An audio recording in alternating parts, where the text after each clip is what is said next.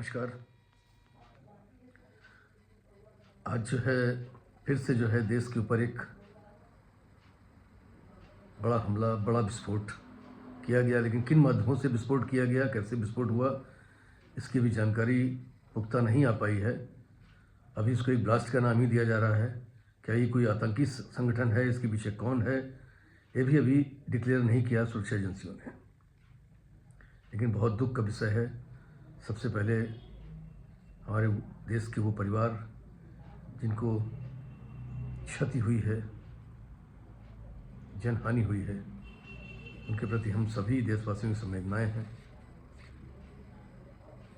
लेकिन अभी हम ऑपरेशन सिंदूर करके आए और उसमें हमने सीधा चैलेंज दिया कि इस तरीके से कोई भी घटनाक्रम अगर इंडिया में होता है, उसकी पुनरावृत्ति होती है, तो इसका जो है मुंहतोड़ जवाब दिया जाएगा। ये ऑपरेशन बंद नहीं होगा तब तक जब तक कहीं पर भी एक आतंकी जिंदा है। तो ये स्थितियां हैं।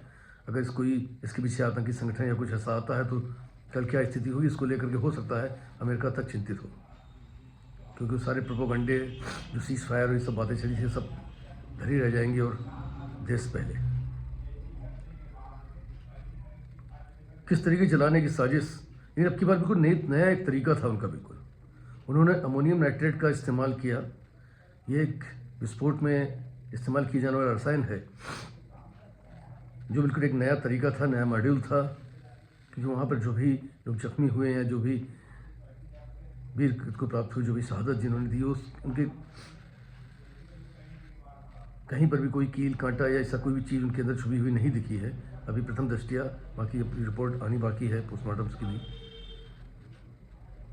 लेकिन सुनियोजित साजिश, सोचे समझे लोग और लर्नेड लोग, जो मुजफ्फरनगर से पकड़ा गया मुजविल शकील, जिसके पास से 360 किलो विस्फोटक पदार्थ पकड़े गए हैं।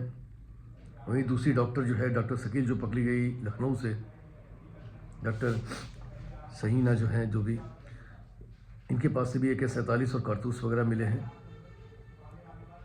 और जो फियादीनी बताया जा रहा है कि विस्फोट के समय जो गाड़ी में था, ऐसा माना जा रहा है कि वो भी जो है जो था, उसकी पहचान भी एक आतंकी ग्रुप में शायद हो रही है। पुख्ता तरीके से आधिकारिक कोई भी बयान नहीं आया है, अटकलें चल रही हैं। जल्दी सब क्लियर होगा। सुरक्षा एजेंसी तत्परता से लगी हुई हैं। लेकिन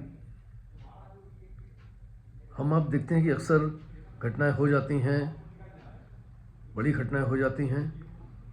हम देश की सुरक्षा एजेंसी, देश की सेनाओं के ऊपर सब कुछ डालते हैं, सोचते हैं, देखते हैं। लेकिन जब हमारे आसपास जो है जो घटनाक्रम हो रहे होते हैं, उसके पूर्व जो सुनियोजित जाल बुना जाता है, वो कोई ऐसे ही नहीं बुना जाता है।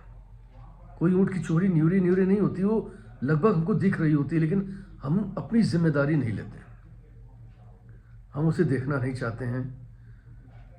हमारी दृष्टि उस तरफ नहीं जाती, हमारा विचार, हमारा मंथन, हमारा चिंतन उस तरफ नहीं जाता है। केवल सरकार ही इन घटनाओं पर पाबंदी लगा पाएगी, ये बहुत मुश्किल बात है। सरकार के साथ कंधे से कंधा मिला करके हमको भी रहना होगा, देश को भी रहना होगा, और कम से कम अपनी दृष्टि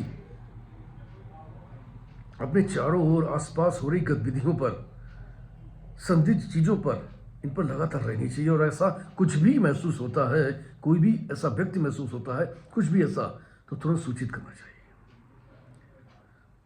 जब तक हम एक्टिव पार्टिसिपेट नहीं करेंगे तो इन घटनाओं पर पुनर्विराम रखना बहुत मुश्किल है।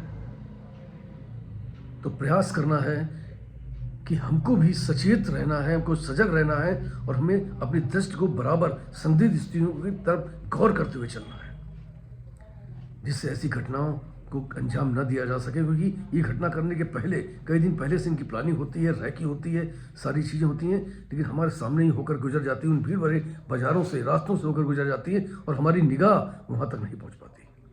हम अपने सारे दिनचर्या करें, हम सारे कार्य करें, लेकिन निकलते बैठते अपने आसपास संदिग्ध व्यक्ति या संदिग्ध स्थितियों को जरूर आंकलन करें।